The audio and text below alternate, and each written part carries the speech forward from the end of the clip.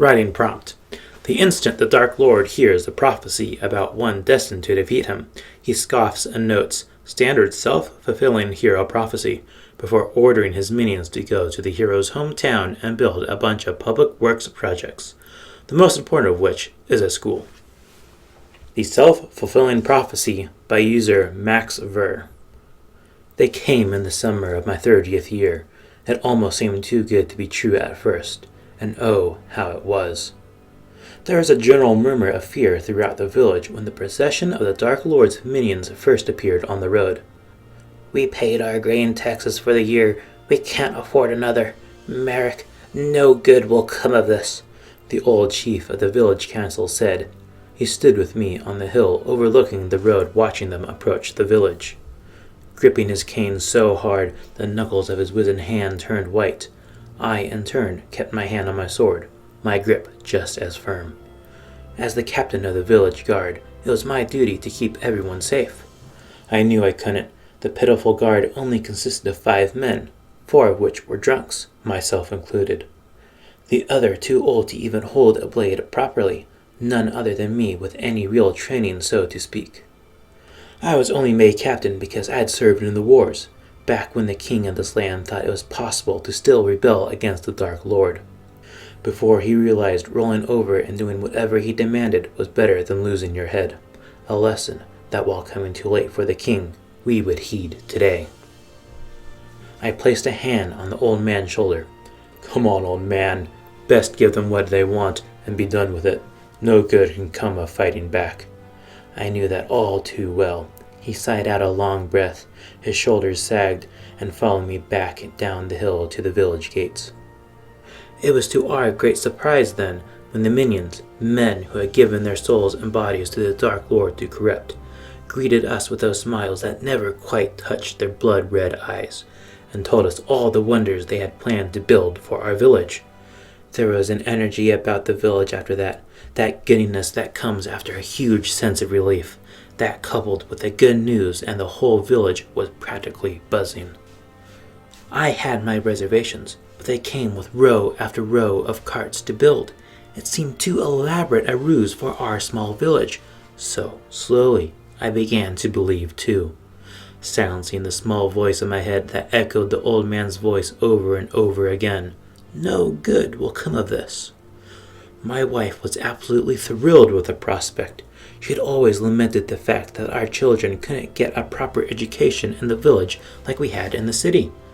When we chose to move here after the war, we hadn't even thought about such things. We just wanted to be as far away as possible from the lands ravished by war. Looking at my Beth now, getting our twins ready for school, I was taken aback by how much it meant to me too. Jim and Sally would always be children to me. It seemed so hard imagining them growing up, having their own separate lives when they always did everything together. Perhaps that was a failing of mine as a father. I should have made sure they had every opportunity for a good future. But it always seemed like there would be so much time. Well, I was glad that it was being taken out of my hands and being done. They were only 5, still young enough to get a good start. My daughter came over to me and placed a goodbye kiss on my cheek, always on the left. She didn't like kissing the scarred skin on the right side. My son followed reluctantly and lightly pecked my cheek. Perhaps he felt he was getting too old for it. I felt otherwise. I grabbed them both in a sweeping hug and swung them around. "And are you going to fix their clothes again when you're done throwing them about?" Beth said, raising one eye questioningly. I placed the kids down and cleared my throat. "Well, no. I wouldn't want to have to upstage your work," I said as I walked over to my wife and grabbed her by the waist. "Oh, really? Is that so? Do you even know how to tie a ribbon in your daughter's hair?" she said as I felt her pressing against my chest. "Ew, you guys are gonna be gross. Come on, Jim," my daughter said as she grabbed her brother's hand and they made their way to the door. "Wait for me," Beth called after them, and as smooth as an eel, she slipped out of my arms. "Do you need to walk them? It's the second week. Surely they know their way by now," I said as I stepped closer. No, but all the women in the town have been summoned by the school today, old and young alike. They said they're going to be picking teachers from among us, she said as she walked away from me, a wary eye on my hands. Only women can be teachers? That hardly seems fair, I said as I attempted to grab her again and failed. What can I say? Everyone knows women are more sensible than men. She shot me that mischievous smile as she slipped out the door and hurried after the kids. That smile had only gotten more beautiful to me since the first time I saw it 15 years ago. I donned my armor and made my way through the village, heading to the opposite end from the school, to check the construction on the perimeter wall. The Dark Lord's work hadn't been without incident. There had been problems with the minions. Some had taken liberties with a farm girl when they first came. The first incident was brushed off by the village council. The minions told us it was our way to show gratitude to the Dark Lord. The council flung my own words back at me and said, "No good can come of fighting back." So again, I had tried to silence that voice in the back of my head. No good will come of this. There had been more minor incidences since, nothing too severe, and they seemed to cherish the children. It was remarkable how they hadn't let the children want for anything since they arrived. It seemed enough to have everyone look the other way when a man was beaten in the streets or goods were taken from a shop. If the minions were involved, it was considered showing our gratitude. I arrived by the wall and saw two of the minions walking toward the gate, one man tall as the other was short, leading horses laden with travel packs. I moved closer to overhear their conversation. The taller man was speaking in a hushed voice to the smaller man.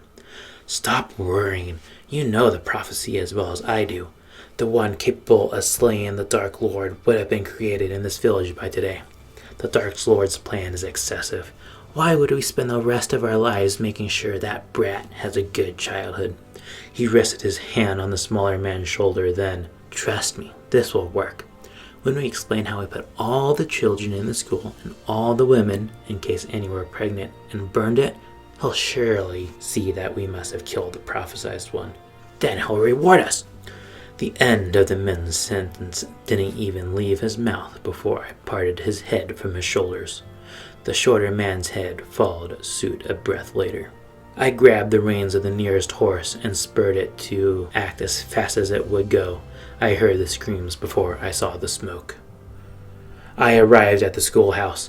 The red-eyed men had their backs to the burning remains of the school, spears leveled at the congregated village folk. The bodies of those that had tried to fight them lay strewn about at their feet. I recognized the remnants of my guards among them. The screaming from inside was now over.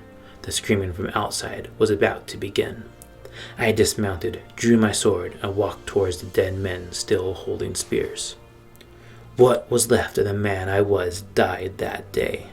The final clinging fragments torn away in anguish and grief as we buried the ashes of our dead. The fires of vengeance forged me anew into a being of singular purpose. I would pay back the Dark Lord for his gratitude in turn, with blood. Thanks for listening. This story was recorded with the permission of the author. If you have any suggestions of stories I should look into for reading, feel free to leave a comment. Until next time, have a wonderful day.